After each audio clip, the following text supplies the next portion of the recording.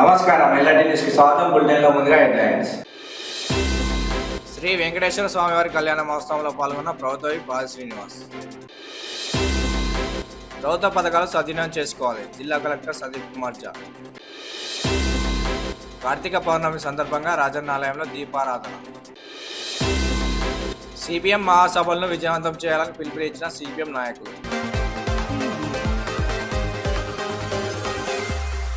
November 19వ తేదీన రాజన్న సిరిసిల్ల జిల్లా కేంద్రంలో నిర్వహించిన సిపిఎం పార్టీ మహాసభలకు సంబంధించిన కరపత్రం ఆవిష్కరణ కార్యక్రమాన్ని బోయినపల్లి మండల వ్యవసాయ మార్కెట్ యార్డులో నిర్వహించారు.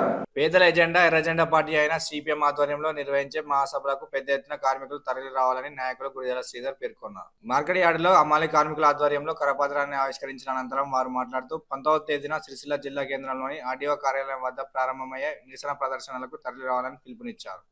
కార్యక్రమంలో అమ్మాలి కార్మికులు చంద్రగిరి లచ్చయ్య, ఎడపల్లి శ్రీను, పొత్తూరి రాములు, పొత్తూరు నర్సయ్య, ఎడపల్లి నాగరాజు, దాసరి ప్రభాకర్, చంద్రగిరి రాజయ్య తదితరులు ఉన్నారు.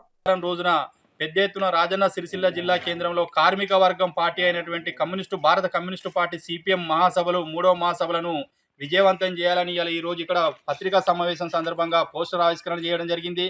ఖచ్చితంగా ఈ జిల్లాలో ఉన్న అన్ని రంగాల కార్మికులు, అమ్మాలి కార్మికులు, గ్రామ పంచాయతీ కార్మికులు, భవన నిర్మాణ రంగం కార్మికులు, మధ్యాహ్న భోజన కార్మికులు, బీడీ మహిళా కార్మికులు ప్రతి ఒక్క రంగం నుంచి పెద్ద ఎత్తున సిరిసిల్ల జిల్లా కేంద్రానికి ఉదయం 10 గంటలకు వచ్చి ప్రదర్శన ర్యాలీ ఉంటుంది. కాబట్టి పెద్ద ఎత్తున కార్మిక వర్గం పార్టీ కాబట్టి, కర్షకుల పార్టీ కాబట్టి, పేద ప్రజల హక్కుల కోసం, కార్మిక వర్గాల హక్కుల కోసం నిరంతరం పోరాటం చేస్తున్న పార్టీ ఏదైనా ఉన్నదంటే భారత కమ్యూనిస్టు పార్టీ సిపిఎం అనే చెప్పుకోవాలి. ఎందుకంటే ఆ రోజు మహాసభలు విజయవంతం చేయడానికి ప్రతి ఒక్క కార్మికుడు బాధ్యత తీసుకొని ఖచ్చితంగా విజయవంతం చేయాలని సందర్భంగా ఈ మండలం లోపల ఉన్నటువంటి అమ్మాలి కార్మికులు కావచ్చు, భవన నిర్మాణ కార్మికులు కావచ్చు, ప్రతి రంగం కార్మికులను పేరున సిపిఎం మండల పార్టీ పక్షాన విజ్ఞప్తి చేయడం జరుగుతుంది. మరొక్కసారి మండల సిపిఎం పార్టీ పక్షాన ఈ మండలంలో ఉన్న కార్మిక వర్గానికి పేరున విజ్ఞప్తి చేయడం జరుగుతుంది. కార్తీక పౌర్ణమి సందర్భంగా దక్షిణ కాశీ వేములవాడ శ్రీ నారాయణేశ్వర స్వామి ఆలయానికి తరలి వచ్చిన భక్తులు దీపారాధనతో ఆలయ ప్రాంగణం మొత్తం దేదీప్యమానంగా వెలిగిపోయింది. వేకువజాము నుండే తరలి వచ్చిన భక్తులు రాజరాజేశ్వర స్వామి వారిని దర్శించుకొని అమ్మవారిని కొలిచి అనంతరం ఆలయ ప్రాంగణంలో భక్తి శ్రద్ధలతో కార్తీక దీపారాధన చేశారు.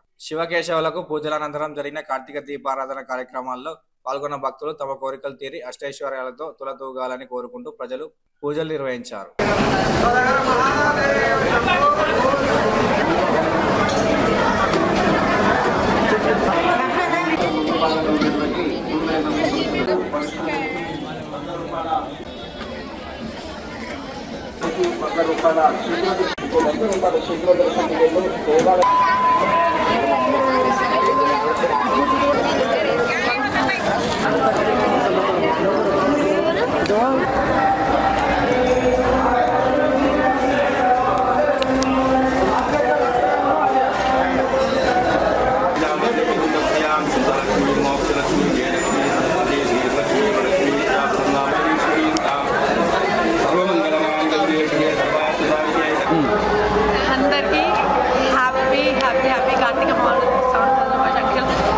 చాలా బాగా జరిగింది. వేములవాడ దర్శనము చాలా మంచిగా అనిపించింది.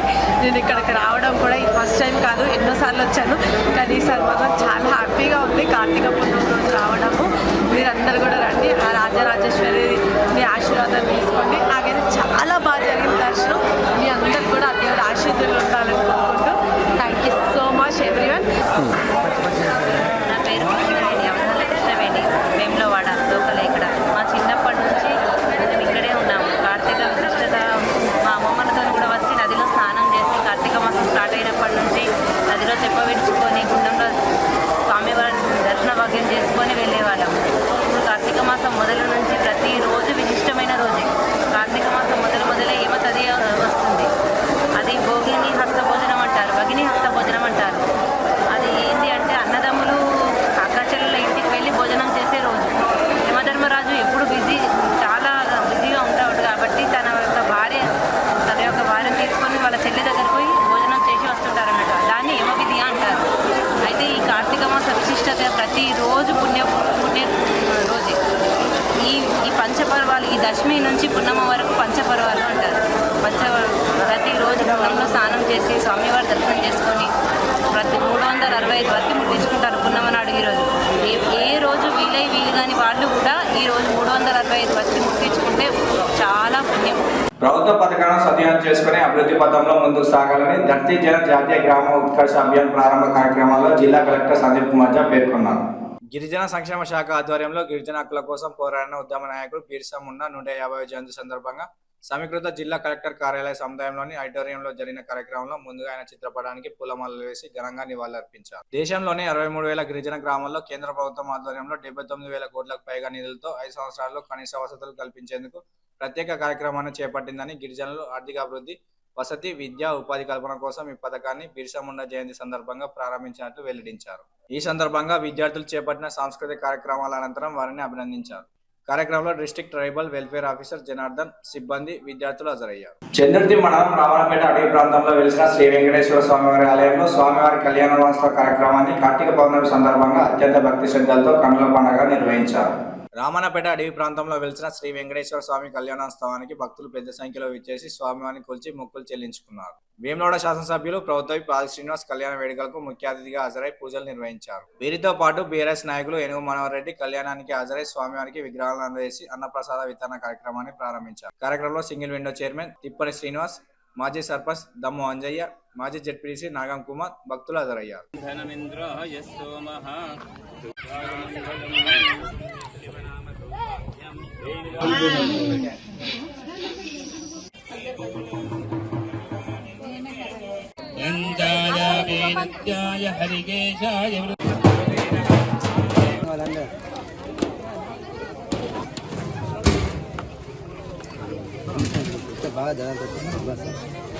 నియోజకవర్గ పరిధిలోని చందుర్తి మండల కేంద్రము రామన్నపేట గ్రామం మధ్యలో అయిన గండి వెంకటేశ్వర స్వామి కళ్యాణ మహోత్సవ కార్యక్రమానికి ఇప్పుడే మాతో పాటు మిత్రులు చెస్ డైరెక్టర్ పొన్నాల సినన్న కానీ, తిప్పారి సినన్న కానీ, రమేష్ కానీ, కమలాకర్ కానీ, అదేవిధంగా మాస్టర్ పని అంజయ్ కానీ ఈ టెంపుల్ యొక్క కమిటీ సంబంధించిన అధ్యక్షులు, అదేవిధంగా కమిటీ సభ్యులు, ఈ కార్యక్రమానికి నిర్వహిస్తున్న రావణపేట ఈ దేవుని కార్యక్రమానికి సహకరించిన ప్రతి ఒక్కరికి, ముఖ్యంగా ప్రధానంగా రామన్నపేట ప్రజల సర్పంచ్, మాజీ సర్పంచ్ అందరూ కానీ, గ్రామకు సంబంధించిన కమిటీ సభ్యులు అందరికీ పేరు పేరున కృతజ్ఞత తెలియజేసుకుంటూ, ఇంకా రాబోయే పరిస్థితుల్లో కూడా ఈ ప్రాంతం ఈ కళ్యాణ మహోత్సవం, ఈ వెంకటేశ్వర స్వామి ఉత్సవాలకు కూడా ఇంకేమైనా మెరుగైన సేవలు కానీ రావడానికి మా అంత సహసహకారాలు ఎప్పటికీ ఎల్లవెల్లా ఉంటాయని మళ్ళొకసారి ప్రత్యేకంగా తెలియజేసుకుంటాం. పర్వదిన సందర్భంగా ప్రతి ఏటా రామన్నపేటలో గండి శ్రీ వెంకటేశ్వర స్వామి కళ్యాణం అంగరంగ వైభవంగా పండుగ వాతావరణంలో గ్రామస్తులందరూ, ఆలయ కమిటీ బాధ్యులు, గ్రామానికి సంబంధించిన వివిధ కుల సంఘాల బాధ్యులు, మాజీ ప్రజాప్రతినిధులందరూ కూడా మరి లోక కళ్యాణం కొరకు కళ్యాణం చేయడం ఆనవాయితీ. నేను కూడా ప్రతి ఏటా ఇంచుమించు వచ్చి ఈ కార్తీక పౌర్ణమి సందర్భంగా వెంకటేశ్వర స్వామి ఆశీస్సులు అందుకోవడం, ఏ ప్రాంత ప్రజలందరూ కూడా ఆశీస్సులు అందజేసి క్రమంలో వారిని దర్శించుకోవడం ఆనందదాయకం ఉంది.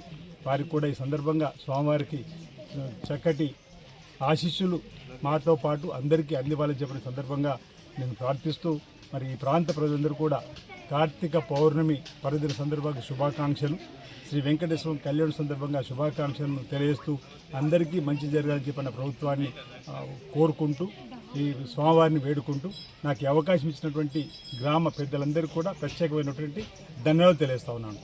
ఇవి ఈనాటి వార్తలు. తిరిగి ప్రసారమయ్యే వార్తల్లో మళ్ళీ కలుసుకుందాం. అందరికీ సెలవు. నమస్కారం.